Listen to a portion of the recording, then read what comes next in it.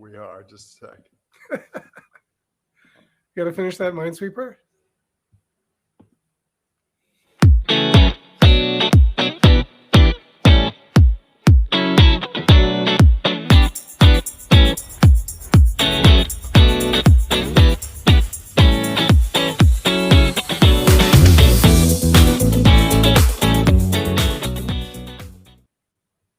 Hey, everybody, and welcome into a special live edition of the Sanity podcast. I'm Dave Briggs here with Mediaite founding editor Colby Hall as we react to the tragic shooting of Charlie Kirk and also of the media's handling of it, which I'm not sure if we're going to agree on this, Colby, but has, to me, inflamed the situation beyond the level that I thought we could approach. And I want to start with, of course, the initial reaction, which you wrote about from Matthew Dowd on MSNBC. And this one really caught fire. And then I want to get your reaction.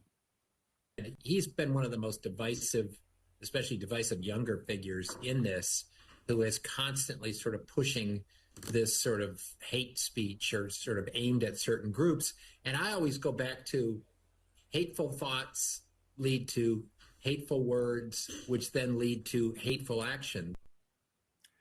That appears to be the final words said by Matthew Dowd on MSNBC. And let me just be clear. I know I speak for you, Colby. We are both disgusted. We are both appalled. We are both sickened by this tragic shooting of Charlie Kirk, who clearly was one of the most influential social media YouTube stars in the country. Your reaction to how Matthew Dowd handled that, though? Well, first, I want to share the same thoughts that you had. I think yesterday was a sickening day with a deep scar in American history. Regardless of how you feel about Charlie Kirk and his politics, he was engaging in the most American right, and that is free speech. And he said a lot of provocative things. He was brash. He was conservative. He was a towering figure in conservative politics. But he was always respectful, and he, sort of bravely engaged in, sort of debate. And for that, he lost his life, which is not who we are as a country. So I wanted to make sure that we're clear on that. Yeah. I will say, I wrote a column yesterday that MSNBC failed to pass basically the lowest journalistic standard possible yesterday. And you know this better than I because you are a seasoned television host, that live breaking stories are very, very challenging because you have someone in your ear.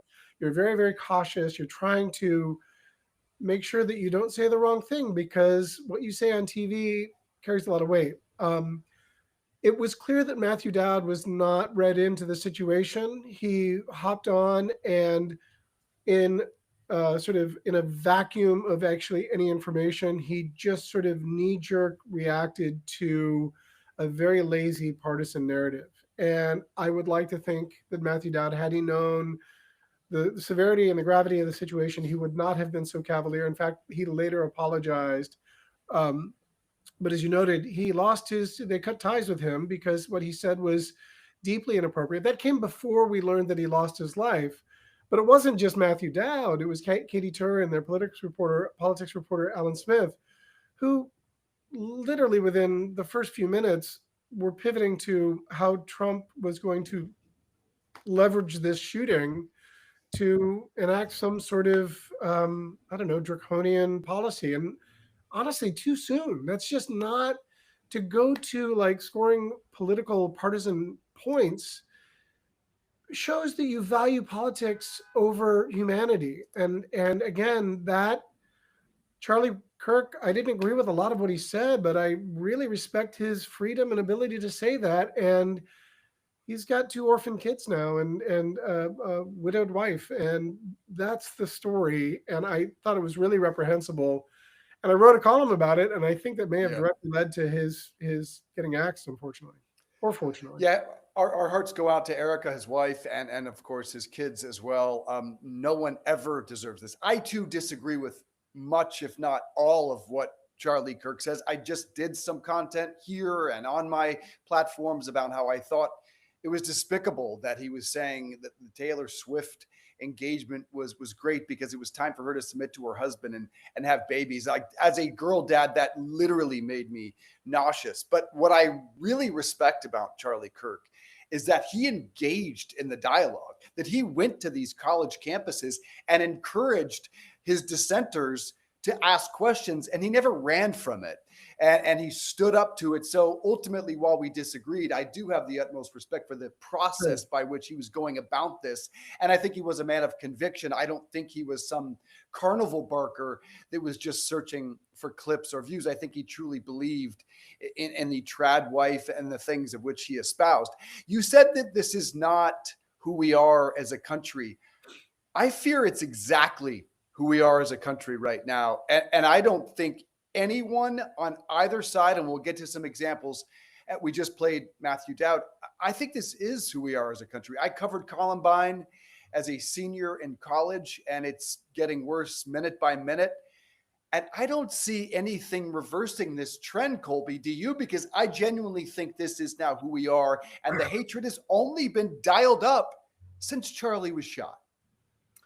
Yeah, it's a fair point. I guess I should reframe that as to say it's not who we should aspire to be, right? America has a history of violence, sadly. It's sort of who we are from the very get-go. I think political violence has ebbed and flowed and following, a very torturous 60s, apart from the shooting of Reagan in the 80s, a lot of it really sort of abated. It waned. Like, it was a pretty relatively peaceful time. Depending on how you define political violence, it does seem that it's really ratcheted up. And, I think we need to be, domestic terrorism, school shootings, political violence all feel sort of like terrible siblings in this horrible family. But there's something unique about the killing of a thought leader that seems to be next level. And, you may be right. I think we are at a real crossroads. I think we are at a very dangerous place right now.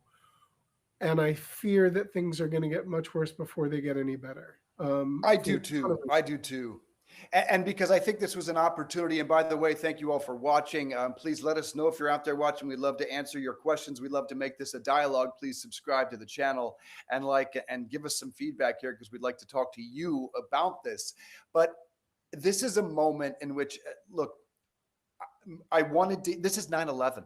This is 9/11. Okay. And I thought, please let me see some return to normalcy, some sanity, because that's what we're trying to do here on this show. I wanted some pleas for sanity, and that's not what I heard. I wanted to hear the words like Barack Obama when he stepped into a tragedy like this, or George H.W. Bush, who both had that calming rhetoric and calming down both sides. And that's not at all what I'm hearing, and not what I'm seeing from Donald Trump.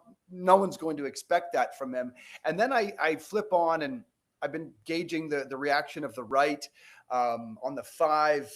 They talked about how this should not be both sides, that it's only those on the left who use this type of rhetoric. And it's just amazing to me that they forgot that Governor Shapiro's house was set on fire while he was in it, that Nancy Pelosi's home was invaded, and though she wasn't there, they bashed her husband's skull in with a hammer, that President Trump pardoned those who attacked the Capitol on Jan 6th and attacked police officers and might have killed congressmen had they got their hands on them. And to say that this isn't both sides is just despicable. And then there came Megyn Kelly and Clay Travis of Outkick. And I was hoping these two tremendously talented, influential people would call for some calm. And that is not at all what I heard here. And I want to get your reaction to what they said right here.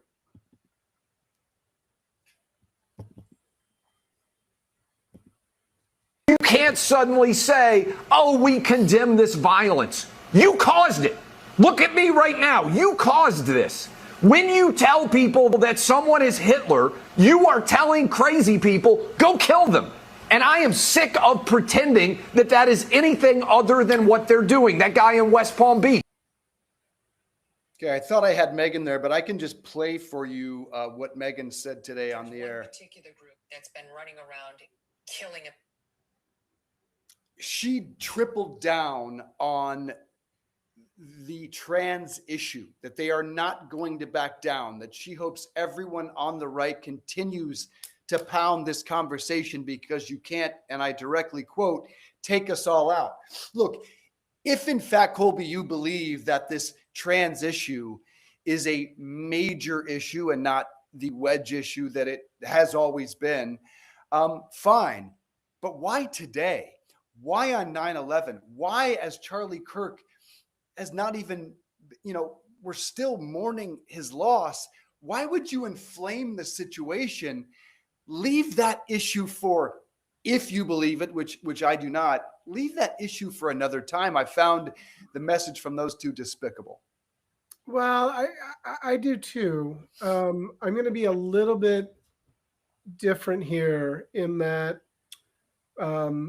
I know Megan pretty well. I know Megan and Charlie Kirk were pretty close. And I don't cotton to anything that Megan says about this. I find it incredibly distasteful and dangerous. I think you're right to frame it as a wedge issue. I will say I will show her some grace in that,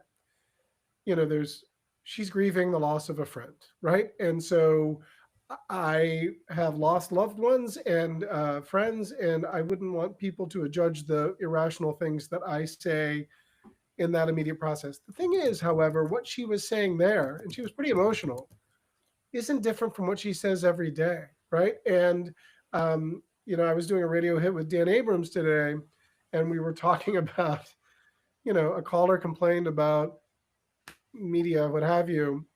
And he made the point, which is salient, is that there's the current landscape has no place for nuance, for moderation, for reason, for sanity. The only way to make a buck in today's landscape is to pick a lane and go really hard. And the most successful people across the dial are those that are really committed to going really hard on the far right or the far left. So what does Clay Travis and what do Megyn Kelly, and by the way, most of Fox News primetime hosts and anyone who's got a conservative, and you're seeing a little bit on the left as well, what are they doing? They're going really hard. They're pointing the finger at the left. They're saying they want war. This is war. They're not showing the moderation that we really need. They're not showing the sort of the grace and the leadership and the calmness that basically we saw after 9/11. They're basically going after clicks. And I think, they're pushing hard because this is something that they've convinced themselves that they believe in. But you want to know why we're so divided as a nation? It's that dynamic more than anything else. And I hate to say this, Charlie Kirk was sort of a pioneer and a beneficiary of that very model. And I struggle with it, Colby, because when Alisyn, Camerota, and I began this show, our goal was to seek sanity and find common ground and yes, call out both sides, but to be a more moderate, sane version of what you see on television. And I think you're exactly right. People tell me every day, this is all I want to hear is moderate content. Oh, we love what you're doing. We don't want to see the extremes, but everything I see in the numbers tell me that's not the case, that most people want the extremes, the far right or the far left, because you can't point to a single example in modern media where someone moderate is having success. I can't name one. And No. anyone I see that generally sticks to a factual middle-based narrative is getting drowned out, is losing viewers every day. Well, And so I I don't know if it's the algorithm. I don't know if it's a chicken or egg problem. I think there's another layer to this that we need to sort of address. I think the media landscape that we just described is symptomatic of a larger issue. And the larger issue is that sort of because of the digital environment, because we are addicted to our phones, because we live sort of virtually, and at the same time, we've lost a deep sense of community, whether it's we don't go to church anymore, and I'm not a religious person, and I'm not saying that we need God. I'm just saying a sense of community where we would see our regular people. Maybe it's a country club. Maybe it's a sewing group. I don't know what it is, but there is this raft. There's this growth of isolationism. People are lost. They need meaning. And where do they go? they're sad and they're angry. So the outrage merchants they're easy prey. And suddenly you get addicted to being angry and you need to rationalize and blame someone for the reason why you're not a millionaire, why you're not living a high life. Well, guess what? The outrage merchants, whether it's the anti-Trump people on the left, but really this was pioneered on the far right, you're not to blame. It's the deep state, it's the elites, it's this, that, or the other thing. It's the fascist left or the fascist right. And you get sucked into that. And if you're really unhinged, you end up, shooting a sniper rifle from 200 yards, taking out Charlie Kirk, right? Or you kill a Missouri state senator because you are literally effed in the head, to use a medical term. And I think that it's not just the media. The media is symptomatic of a larger social fabric decay. And we also have an administration that has zero interest in trying to do anything to mend that. And I think it's a deeper issue. And I was surprised to, and you can find this piece on Mediaite right now. Dave Portnoy declares Trump played a huge part, quote, in the Kirk assassination by being divisive. And quite frankly, I know people are going to hate this. I completely agree what Dave Portnoy says there. And Dave is a Trump supporter. He voted for Trump both times. And I think he is spot on here. And I wish the president was going to play a role in dialing things back. But this is a man on the 4th of July that said he hates Democrats and that did nothing today when speaking near Marine One to calm the situation down, to moderate, and to find some common ground. In fact, how about reach out to people across the aisle? Then again, I don't hear that from the left either. Just to be clear, I don't hear a lot of Democrat leaders stepping to those microphones and saying, I would like to sit down with President Trump and JD Vance and maybe members of the media, maybe YouTubers, to have that conversation. And I agree with you. It is a loneliness epidemic. We are further entrenched in our phones. We don't have any connection. We're now having relationships with artificial intelligence. And on top of that, the only messages that resonate are those on the two extremes. And that's only going to get worse as cable news does die out and people literally shop to reaffirm their point of view. I want to ask you though, Colby, do you think this will have a direct impact on some of those, and mainly they're on the right now, but I'm sure they're out there on the left. Do you think some of these influencers will tone down their rhetoric or just retreat from public life? I mean, a lot of people are bringing up the name Ben Shapiro today. And would I be scared if I was him? Absolutely. Do you think people will think, God, maybe I should take a different tone here?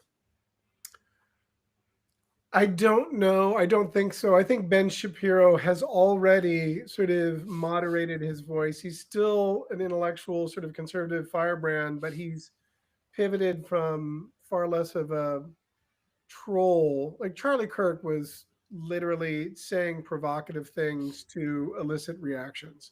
Ben Shapiro sort of started that way and has started kind of becoming more of an intellectual conservative and less of a sort of troll, rage troll.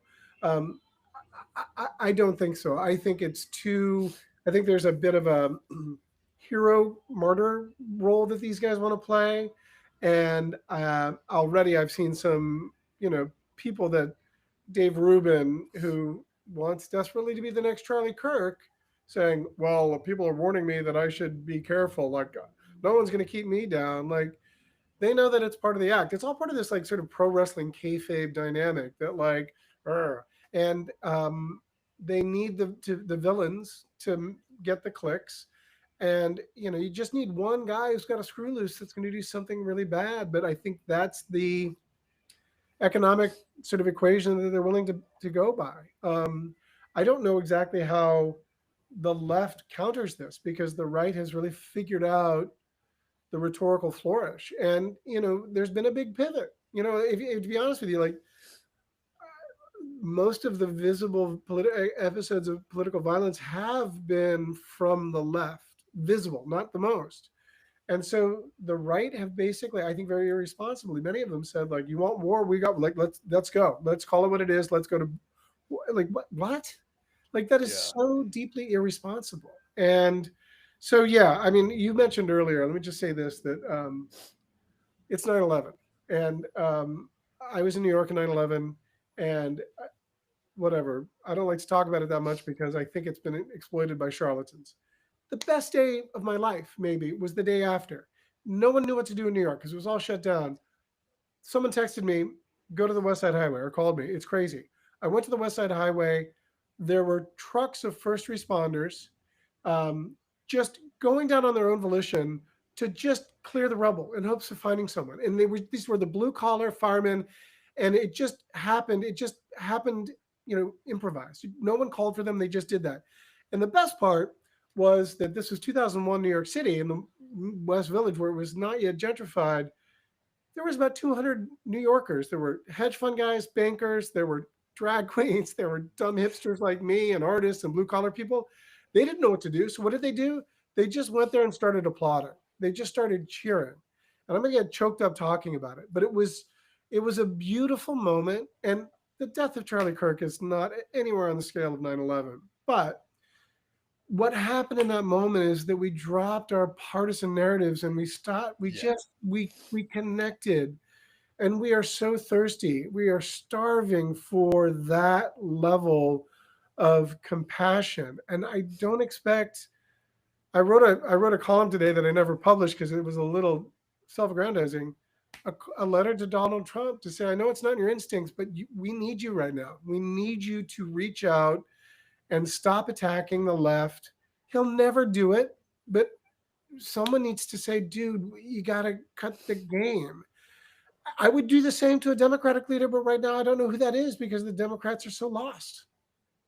Yeah, and right, I would agree with you. I think Donald Trump has a real opportunity to change his legacy and perhaps change this country forever, but it is not part of his fabric. He is a divider in chief. It's just who he is. I mean, it's not just his instinct, it's who he's always been throughout his entire life. And he won't start here. And I agree with you. Other than maybe a Gavin Newsom that maybe could turn down the rhetoric, but his is largely playful, just kind of poking at Trump and making fun of him. So I don't think he has really nasty or divisive rhetoric. I did wonder in the aftermath, and there's another piece on Mediaite about South Park. I did wonder if a show like South Park, which has quite frankly been one of the most visible opposition pieces to the administration, one of today, the bravest outlets right now. And they did just portray Charlie Kirk in a recent episode. And quite frankly, I was complimentary of how Charlie Kirk kind of laughed off and actually felt that it kind of dignified him. Actually, he laughed about his impression and thought, well, that kind of actually elevated me. Like I was impressed with how he reacted. But I do wonder if South Park will take a step back from the ledge. I don't think they should feel any guilt over the stuff that they've put out there, and I don't expect them to change. No, I mean, I don't think they should feel any responsibility. And I think one of the biggest problems is that the responsibility for the killing of Charlie Kirk is one dude, the guy who shot him, right? And I think part of the problem in this dialogue is the world's way more chaotic than we want it to believe. There's no sort of massive organization. There's no deep state. And we are tribal, and we need to figure out who's to blame, who they did this, who's they. And, Trump certainly bears some sort of responsibility for divisive rhetoric. And is this this death a symptom of a toxic environment in which he would help contribute? Absolutely. But it's not just him. And Charlie Kirk's not dead because of that. It's because of one dude. So I think, we need this to be a transcendent moment that crosses over into a different thing. And I used to joke that it would be we needed a global pandemic to stop the divisiveness. I said that joke in 2019. Guess what happened? A global pandemic, and it didn't make anything better. It made everything worse. So much worse. I'm done making predictions. And I think the thing that we can do is get off your phone, stop watching cable news, and actively engage with your community. Walk your dog, go to church, go to a cafe, get to know and have conversations. In a weird way, it honors the memory of Charlie Kirk, who's a guy I don't really care about, but it's going to start individually.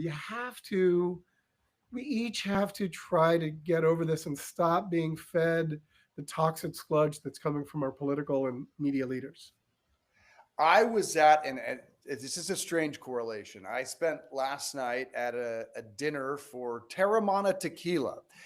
And it was unlike anything I've ever been to, Colby, because you were forced to talk to strangers and only strangers. If you came with a group of friends, that was the last time you saw them. You sat at a meal with people you've never met in your life, and most of them were a different skin color, a different race. There was zero, not a single word about politics. It was so refreshing. That's and great. People, I have not been in a situation like this in my entire life, and everyone that I talked to there loved it because they all were forced to sit with 4, 5, 6 people that they had never met in their life and would probably never talk to again.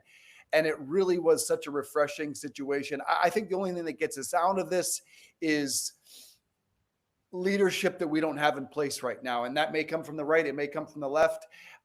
Someone who has every intent to bring us together, someone that only wants to run as a one-term president, that doesn't need this politics by division. I don't think that person is out there. I do look back and think a John McCain, a Mitt Romney could have accomplished that. Anyone on the left, I do think a Governor Shapiro of Pennsylvania has that type of instinct. I agree. We haven't heard much from him, and I don't know, frankly, that he'll even run. No. I'm not sure that there is anyone right now that could do that. I do want to get your thoughts real quickly on what Charlie Kirk did in terms of making MAGA cool again, bringing out young men and almost completely flipping the dynamic of men 18 to 29 from overly left to overly right. I mean, literally, I would tell you right now, I'm not sure President Trump gets elected without Charlie Kirk. I think that's how influential he was. 100%. I don't know where that goes in his aftermath. Do you agree with that assessment? Yeah, I think people don't know just what a towering figure he was with young men in particular, but also within the conservative movement. Look, I have 2 boys, right? And I raised them in Brooklyn, and they went to pretty progressive schools. And I had a lot of conversations with them about why their classmates were wearing "the future is female," and why I had when my oldest was in 8th grade, he came home and was like, why do I, as a white cisgendered male, I get blamed for everything?